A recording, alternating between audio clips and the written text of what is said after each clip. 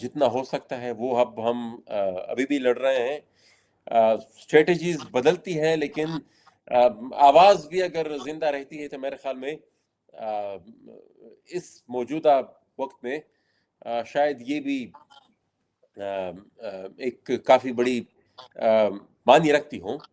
باقی لوگ نکل رہے ہیں, لیڈر لیس پروٹیسٹ ہو رہے ہیں, اور پرابلم یہ ہے کہ یہاں پر چونکہ میڈیا بھی ظاہر بات ہے کنٹرول ہے, چھوٹا موٹا احتجاج یا جلسہ جلوس تو بڑی دور کی بات, یہاں بہت بڑا سانحہ بھی ہو جاتا ہے تو شام تک پہنچتے پہنچتے وہ پاکستانی ٹی وی چینلز کے ہیڈ لائنز میں کوئی 10ویں 12ویں نمبر پر پہنچ چکا ہوتا ہے. محسن, میں نے جب لوگوں سے سوالات پوچھے تو دو بڑے عجیب سے سوالات آئے, اور وہ چونکہ آپ کی ذات سے متعلق ہے تو میں چاہتا ہوں کہ ایک تو آپ سے بات ہو. ایک تو یہ کہ کئی لوگوں نے, ہمارے یہاں کیونکہ ایک رواج ہے کہ آپ کو جب کوئی شخص اچھا نہیں لگتا تو آپ اس کو غدار ڈکلیئر کر دیتے ہیں, اور وہ یا پھر ان دنوں ایک نیا فیشن آ گیا ہے کہ اس کو آپ فوجی ٹاؤٹ بنا دیتے ہیں. تو وہ لوگ جنہوں نے پاکستان میں پوری زندگی جمہوریت کی جدوجہد کی, دستوری بالادستی کی جدوجہد کی, آپ جیسے لوگ جو پارلیمان کے فلور پر کھڑے رہے, آپ بھی اس سے محفوظ نہیں ہیں. تو ایک سوال یہ تھا کہ یار محسن داوڑ, ان کا پاسپورٹ بلاک ہو گیا ہے, شناختی کارڈ ان کا بلاک ہے, لیکن وہ آسانی سے پوری دنیا پھرتے رہتے ہیں. یہ کیا, کون سے پاسپورٹ میں جاتے ہیں بھائی, یہ پاسپورٹ میرا شناختی کارڈ بلاک تھا, اور وہ اس کیس میں بلاک تھا, میرا صرف نہیں تھا, میرا منظور پشتین کا, علی وزیر کا, تینوں کا. نہیں, علی وزیر تو چونکہ ہی واز بیہائنڈ دا بار, اسی کیس میں ہم مطلوب تھے, تو ہم چونکہ اس میں ہمیں پھر اشتہاری ڈکلیئر کر دیا کہ تو ہمارا پھر شناختی کارڈ انہوں نے بلاک کر دیا. اچھا, اس کیس کا پھر جب ٹرائل چلا تو اس ٹرائل میں باوجود کہ ہم اس میں ٹرائل کا حصہ نہیں تھے, لیکن جب فیصلہ ہوا تو اس فیصلے میں پھر مجھے اور منظور کو بھی انہوں نے بری کر دیا تھا. تو جس کیس کے بنیاد پر اب یہاں بھی میں نے اس کو فالو کیا, ظاہر بات ہے I was in the parliament, اور پھر حکومت بھی بدل گئی تھی, اور میں منسٹری آف انٹیریئر میں اس چیز کو فالو کرتا تھا, لیکن منسٹری بھی کچھ کر نہیں پا رہی تھی کیونکہ وہ کہہ رہے تھے کہ بھائی کورٹ آرڈر ہے. نادرا والوں سے بھی جب بات کرتے تو وہ کہتے بھائی کورٹ آرڈر ہے. اچھا, پھر کورٹ آرڈر پھر جب میں نے وہ دیکھا کہ بھائی اچھا اس کیس میں آپ نے بند کیا ہے, اس کیس کا تو یہ فیصلہ آ چکا ہے, اور اس میں پھر میں ایکوٹ ہو چکا ہوں. تو پھر جب ایکوٹ ہو چکا ہوں تو پھر اب تو میرا شناختی کارڈ بلاک کرنے کی کوئی آپ کے پاس جواز نہیں رہتی. تو پھر وہ اس کی بیس پہ کورٹ کے آرڈر پہ بلاک ہوا تھا, اور کورٹ ہی کے آرڈر پہ وہ شناختی کارڈ جو میرا تھا وہ پھر ان بلاک ہوا ہے.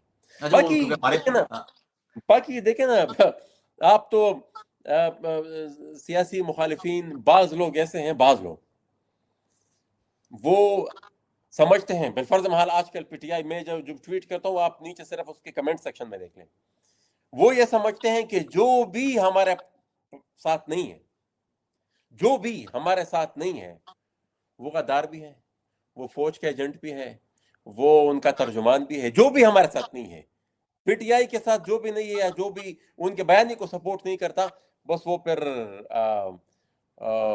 فوج کے ساتھ ہے. تو ہم ان کو یہ سمجھتے ہیں کہ بابا جب آپ لوگ ایک پیج پہ تھے, ہم اس وقت بھی جیلوں میں رگڑا کھا رہے تھے, اور جب آپ ایک پیج سے ہٹے بھی اس وقت بھی تو ہمارے وجود پر عمران خان کو ابھی تک فوج نے سیدھی گولی نہیں ماری, محسن داوڑ کو ماری ہے. اچھا, مزے کی بات یہ ہے محسن بھائی, یہ تو بڑی ایک ظاہر ہے, ہم نے اس پر بات بھی کی تھی جب آپ کے الیکشن کے دن براہ راست فائرنگ ہوئی تھی آپ اور آپ کے دوستوں پر.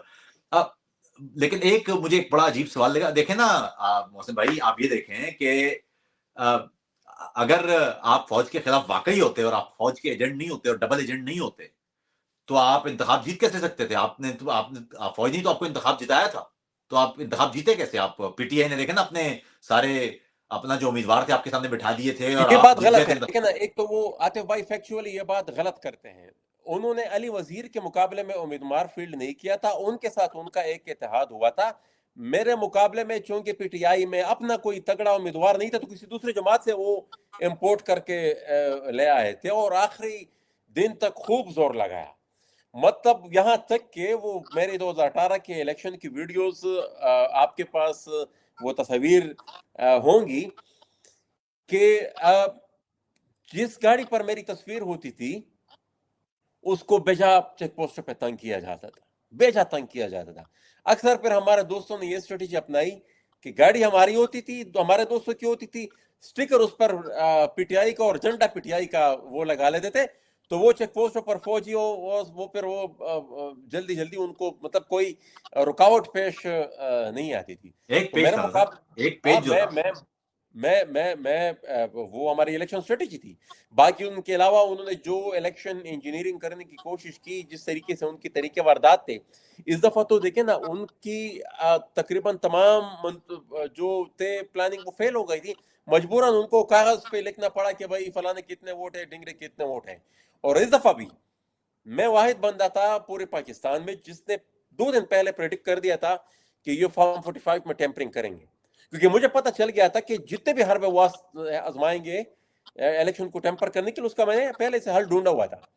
لیکن یہ ایک ایسی چیز تھی جو کہ بطور ایک پولیٹیکل ورکر، جس کو میں نے زیادہ سوچ بچار کے بعد بھی مجھے اندازہ ہو گیا تھا کہ اس کا کم از کم میرے پاس یا کسی بھی پولیٹیکل ورکر یا کسی بھی کینڈیڈیٹ کے پاس کوئی حل نہیں اس کا، سوائے جب آپ کو ہارا ہوا ڈکلیئر کیا جائے اور کسی اور کو جتا دیا جائے اور آپ کو کہ بھائی جاؤ آپ عدالت میں، اور پھر عدالت میں جو پاکستان میں ہوتا ہے پھر آپ 2 سال بعد بھی صرف مینٹینیبلٹی پر بحث ہوتی ہے. تو وہ 2018 میں انہوں نے ٹھیک ٹھاک جان لڑائی تھی. آخری حد تک وہ زبردستی ہر طریقے سے مینیپولیٹ کرنے کی کوشش کر رہے تھے. اور کچھ اس وقت وہ جو آرو تھا اس نے بھی تھوڑی ہمت دکھائی، اور باقی پھر وہ لیڈ بھی کور نہیں کر پا رہے تھے.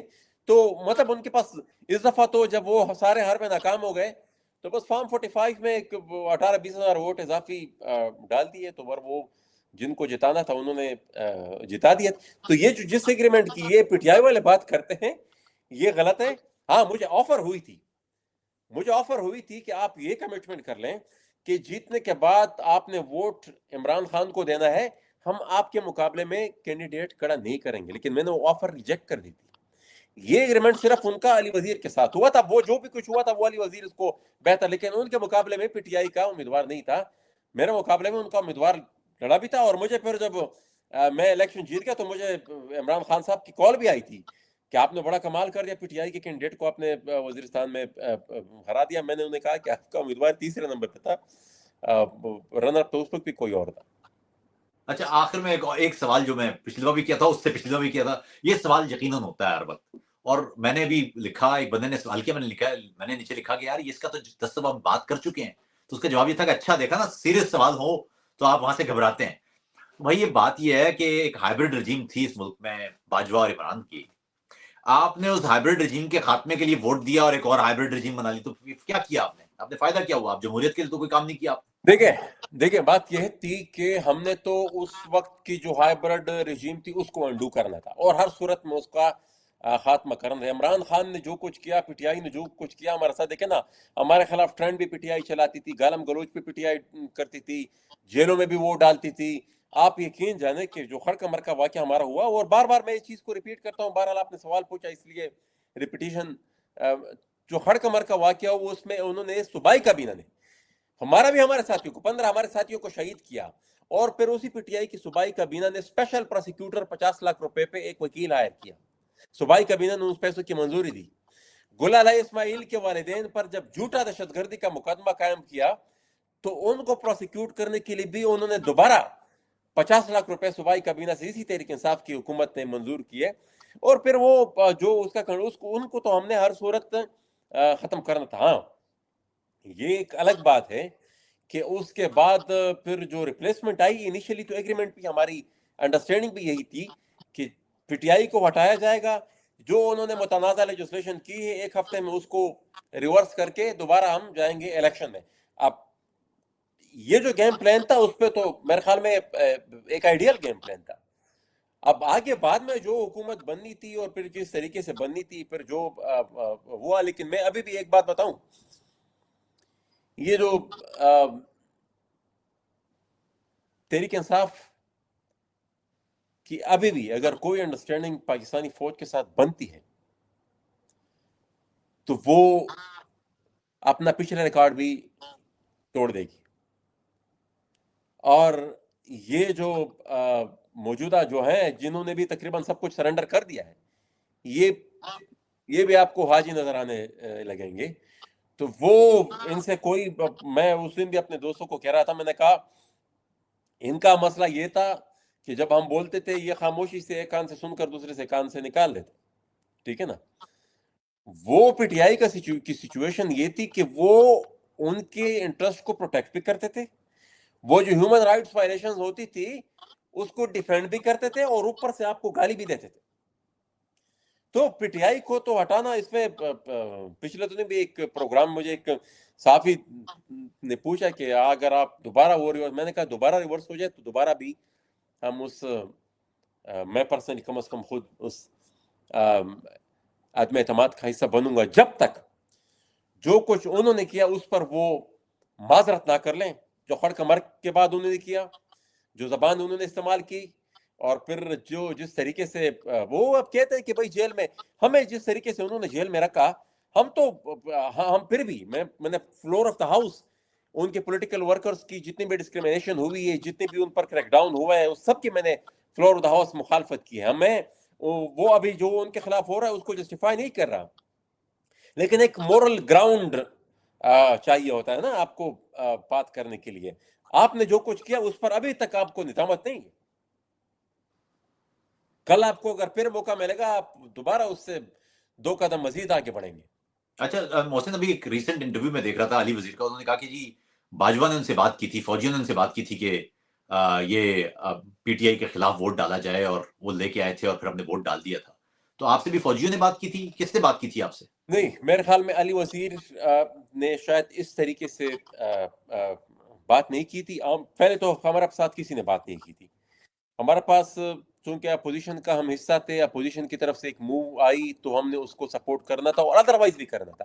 یہ تو دیکھیں میرا اپنا موقف جب پی ڈی ایم بن رہی تھی, یہ تو پی ڈی ایم کے بہت بعد کی بات ہے جب عدم اعتماد ہوا. جب پی ڈی ایم انیشیلی بن رہی تھی اس وقت بھی میرا مشورہ یہ تھا کہ عدم اعتماد کی طرف بڑھنا چاہیے, لیکن وہ پھر اسی وقت تھوڑا عرصہ پہلے وہ سینٹ کا الیکشن ہوا تھا, جس طریقے سے وہ نو کانفیڈنس وہ بیزنچو صاحب وہ جس طریقے سے ناکام ہوئی تھی, تو وہ سیاسی پارٹیاں اس کے لیے اس وقت بھی تیار نہیں تھے. میرا اس وقت بھی یہی موقف تھا.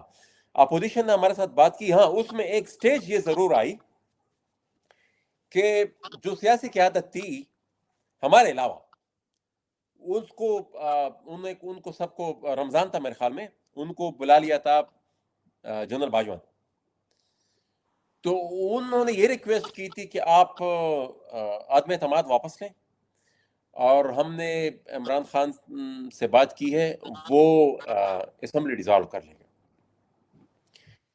تو نیکسٹ ڈے پھر جب اپوزیشن کی میٹنگ ہوئی تو ہمیں بھی بلایا گیا اپوزیشن لیڈر نے, اور وہ پھر جب ہمارے سامنے دوبارہ وہ بات رکھی گئی تو میں نے اس وقت بھی یہ بات کہی تھی کہ یہ تو اٹ ول میک ہم وکٹوریس. وہ تو کہے کہ بھائی دیکھو نا, یہ لے کر آ گئے تھے عدم اعتماد, اور ان کی میسی کی تیسی, یہ کون ہوتا ہے کہ ہمارے خلاف عدم اعتماد کرنے والے. تو میں نے کہا وہ اس کو he will get an upper hand, اور وہ پھر اس کو ایک نیریٹو بنائے گا اس کے اوپر. تو میں تو پرسنلی اس حق میں نہیں ہوں کہ آپ عدم اعتماد واپس لیں. اور پھر تقریباً سب بھی اس بات پہ متفق ہو گئے تھے کہ نہیں, اب جب ہم نے عدم اعتماد جمع کرا دی ہے تو اس کو فالو کرنا ہے, اور یہ آخری منطقی انجام تک پہنچانا ہے اس کو. اچھا محسن, آخر میں سوال, باجوہ اور عمران ان کے تو بڑا اچھا ایک 1 پیج سسٹم چل رہا تھا. بقول عمران خان کے باجوہ اس وقت بادشاہ تھا, اور عمران خان کی طرف سے ان کو ایکسٹینشن کی بھی آفر تھی, لائف ٹائم ایکسٹینشن کی بھی آفر تھی, سب کچھ اچھا. تو پھر باجوہ نے کیوں حکومت ہٹائی عمران خان کی؟ دیکھیں یہ تو دیکھیں نا, میں تو اپنی بات کروں گا کہ ہم نے تو عمران خان کو کے خلاف جو بھی موو ہونی تھی اس کو ہم نے سپورٹ کرنا تھا. عمران خان اور باجوہ کے درمیان دوری کس وجہ سے آئی؟ بینگ اے پولیٹیکل ورکر, اور جو اپنی